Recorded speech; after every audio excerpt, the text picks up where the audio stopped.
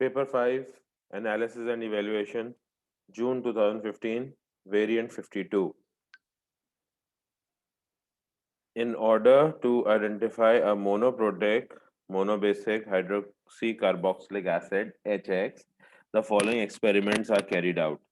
25 cm cube of an aqueous solution of HX is titrated against 0.05 mole per dm cube aqueous sodium carbonate. The end point of the titration is reached when 25 cm cube of the aqueous sodium carbonate has been added.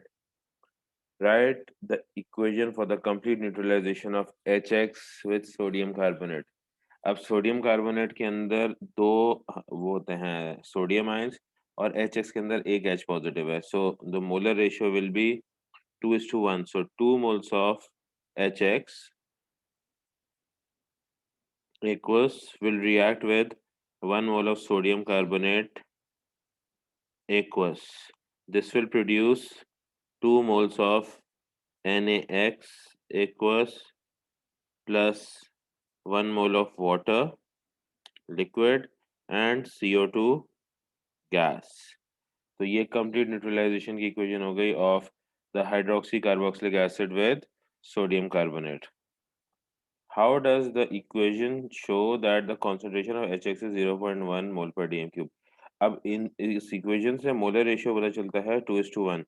ठीक है, 2 moles of HX reacts with 1 mole of Na2CO3. ठीक है, equation से ये पता चलता है. अब इन्होंने जो आपको डेटा दिया हुआ है ऊपर उसमें बोला कि 25 cm cube of HX is reacted with 25 cm cube of sodium carbonate.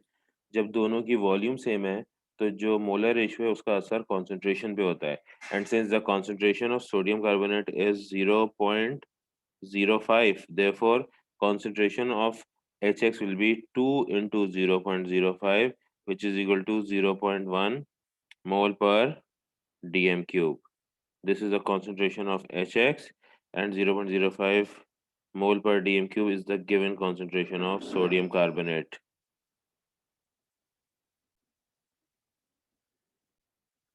The next part asks, state the acid dissociation constant Ka for the above reaction in terms of H positive and HX only. अच्छा, अब इसके लिए जो हमारे पास वो है acid वो है HX. तो HX is a weak acid, so it will partially dissociate to give H positive and X negative ions. तो इसकी Ka का एक्सप्रेशन हो जाएगा H positive into X negative upon HX. और सवाल ये कह रहा है कि इसमें हमें सिर्फ H पॉजिटिव और HX रखना है, X नेगेटिव नहीं रख सकते. द गुड थिंग इज कि जितना H पॉजिटिव बनता है उतना ही X नेगेटिव बनता है. तो हम X नेगेटिव को भी H पॉजिटिव से रिप्लेस कर सकते हैं. तो Ka will be equal to H positive into H positive upon HX, या in other words H positive square upon HX concentration. ये आपका एक्सप्रेशन हो गया of Ka in terms of H positive and HX only. Next, the pH of the aqueous solution of HX is 2.43. Okay, use the pH and the concentration of HX to show that the pKa of the acid is 3.86. All working must be shown. अब concentration of HX जो है ये given है हमें as 0.1 mole पर DM cube. इन्होंने previous part में यही निकलवाया था हमसे. तो के ए का जो फॉर्मूला है वो है H positive square upon concentration of HX. तो यहाँ पे कॉन्सेंट्रेशन ऑफ HX तो 0.1 हो गया, 0.1 हो गया. ठीक है, H पॉजिटिव स्क्वायर हो जाएगा, पीएच दिया हुआ है 2.43, तो 10 to the power of minus 2.43 whole square. ठीक है, इससे आपका के ए आ गया.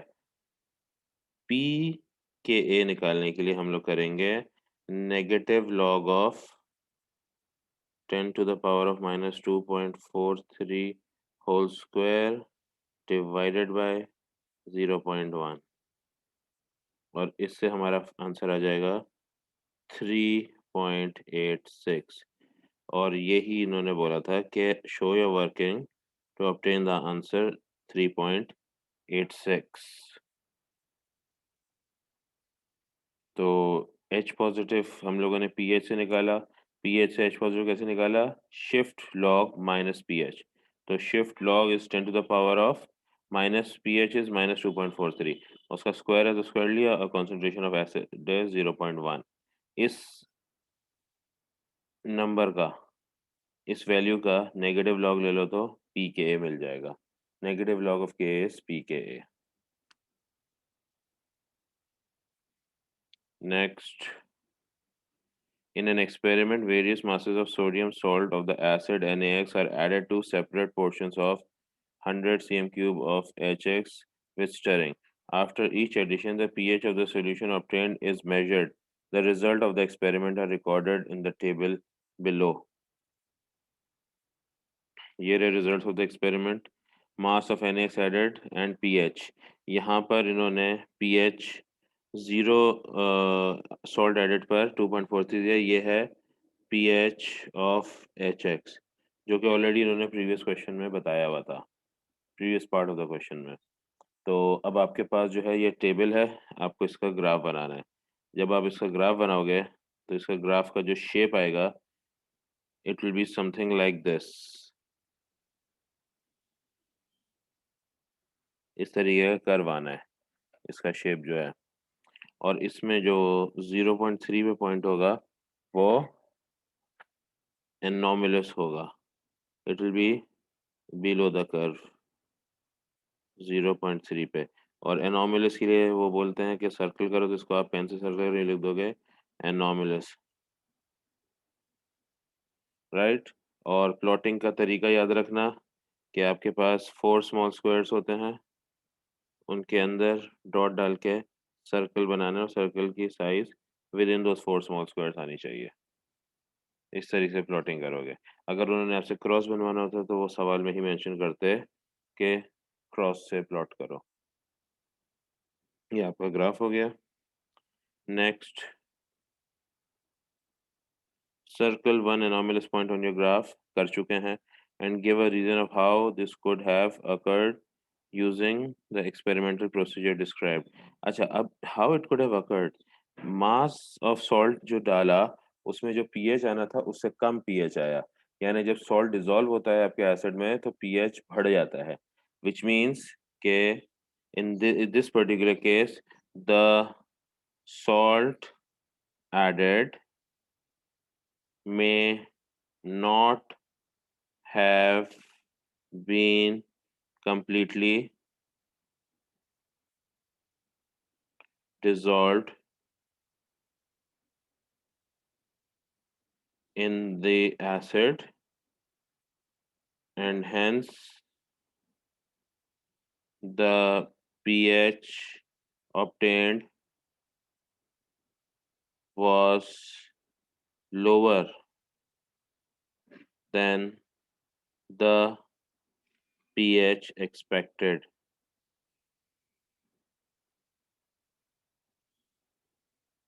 ठीक है, ये इसका रीजन हो गया कि जो आपने सॉल्ट डाला वो प्रॉपरली मिक्स नहीं हुआ। क्योंकि प्रॉपरली मिक्स नहीं हुआ इसलिए पीएच जो है वो इंक्रीज नहीं हुआ जितना उसे इंक्रीज होना चाहिए था। The next part of this question says the graph shows a pH of 3.86 is obtained when 1.12 grams of NaX is added to 100 cm cube of HX. Remember that pKa is also 3.86. Use this information to calculate the relative molecular mass of HX showing your working. Okay. अब इसमें क्या करना है, इन्होंने बोला है pH is equal to pKa 3.86। इसका मतलब ये है pH pKa के बराबर क्या बताओ, और ये वीक एसिड स्ट्रॉन्ग बेस का वो है बफर, ठीक है ना, it's a buffer solution. You have NaX being added to HX, salt और एसिड डाल रहे हो। अब वीक एसिड क्योंकि HX ने बोला है, it's a hydroxy carboxylic acid, it is a weak acid. और क्योंकि बफर का जो सॉल्ट आप डाल रहे हो उसमें सोडियम आपका कैटायन है, इसलिए इससे अंदाजा होता है कि जो बेस यूज होगा सॉल्ट बनाने में वो सोडियम हाइड्रोक्साइड होगा, जब भी वीक एसिड स्ट्रॉन्ग बेस बोला है। तो इसके अंदर pH is equal to pKa, तो जब pH is equal to pKa therefore concentration of acid is equal to concentration of salt, और कॉन्सेंट्रेशन ऑफ एसिड क्या है, 0.1 मोल पर टीएम क्यूब। तो जब mass of salt added is 1.12 grams, then concentration of salt is 0.1। तो moles of salt निकालने के लिए क्या, अब इन्होंने यहाँ बोला है, देखो 100 CM cube of the solution में ऐड किया है और 0.1 मोल पर डीएम क्यूब है, तो इसकी कैलकुलेशन हो जाएगी 0.1 moles are present in 1000 centimetre cube, how many moles would be present in 100 centimetre cube. तो इससे कैलकुलेट करके आंसर आएगा 100 अपॉन 1000 इंटू 0.1, इससे आंसर आ रहा है 0.01 मोल्स। तो ये मोल्स ऑफ सॉल्ट हो गए। अब हमारे पास मास ऑफ सॉल्ट मौजूद है, हमारे पास मोल्स ऑफ सॉल्ट मौजूद हैं, और फॉर्मूला होता है n is equal to m upon M are.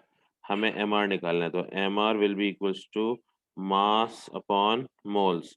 तो एम आर निकालने के लिए हम करेंगे 1.12 डिवाइडेड बाय 0.01, इससे आंसर आ जाएगा 112। ये किसका एम आर है, NaX का। हमें एम आर चाहिए सोडियम, आपका सॉल्ट नहीं, आपका एसिड का चाहिए। तो अब हम लोग क्या करेंगे, हम लोग करेंगे 112 माइनस सोडियम, सोडियम का मास होता है 23, ठीक है, उस सिर्फ एक्स रह जाएगा, और प्लस हाइड्रोजन कर देंगे, हाइड्रोजन का मास 1 होता है, इससे हमारा एम आर आ जाएगा 90। तो आंसर होगा therefore M R of HX is 90। This is the answer to the M R, और इसी तरीके से आप निकालोगे given all the data within the question itself.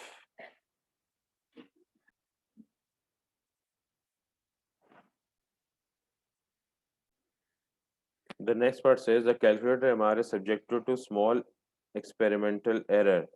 Suggest a structure for the organic hydroxycarboxylic acid that best fits your MR data. If you have not calculated value for the MR, use the value 104. This is not the correct value. हम लोगों ने calculate कर लिया, our MR value is 90, और इन्होंने यहाँ पे बोला है कि this is suppose to be a hydroxy carboxylic acid. तो हाइड्रोक्सी कार्बोक्सिलिक एसिड का मतलब है एक कार्बोक्सिलिक ग्रुप होगा इसके अंदर, ठीक है, और एक हाइड्रोक्सी ग्रुप होगा, तो हाइड्रोक्सी ग्रुप भी कार्बन पे लगेगा। अब अगर इनका टोटल करो, जो मासेस हैं, दो कार्बन है 24, तीन ऑक्सीजन है 48, और दो हाइड्रोजन है 2, तो 48 प्लस 2 50, 60 से 74 होता है। 90 माइनस 74 अगर आप कर दें तो 16 बचता है। तो 16 मास के यहाँ पे क्या क्या आ सकता है, क्योंकि आपका ऑर्गेनिक कंपाउंड है, तो एक हाइड्रोजन आ जाएगा तो 15 बचा, एक कार्बन आ गया 12 बचा, और तीन हाइड्रोजन आ गए तो आपका मास कंप्लीट हो गया। तो ये आपका हो गया हाइड्रोक्सी कार्बोक्सिलिक एसिड। अच्छा, इसके दो पॉसिबिलिटीज हैं स्ट्रक्चर के, एक तो ये जो अभी बनाया, ठीक है, क्योंकि OH की पोजीशन डिफाइंड नहीं है, तो OH की पोजीशन आप दो अलग बना सकते हो। दूसरी पोजीशन क्या होगी, देखो COOH यहाँ रहेगा, बीच में आप CH2 लगा सकते हो, ठीक है, और थर्ड कार्बन पर आप OH लगा सकते हो in place of the second carbon. क्योंकि ये डिफाइंड नहीं है, आप इन दोनों में से जो भी स्ट्रक्चर बनाओगे वो एक्सेप्टेबल होगा, क्योंकि position of OH has not been defined within the question itself, so it could either be on the second or the third carbon atom। So basically आपका जो हाइड्रोक्सी कार्बोक्सिलिक एसिड था, it could have been 3 hydroxy propanoic acid, or it could have been 2 hydroxy propanoic acid, one of these two। और इसका MR 90 है, जिसकी वजह से हमें ये सब कंक्लूजन मिला।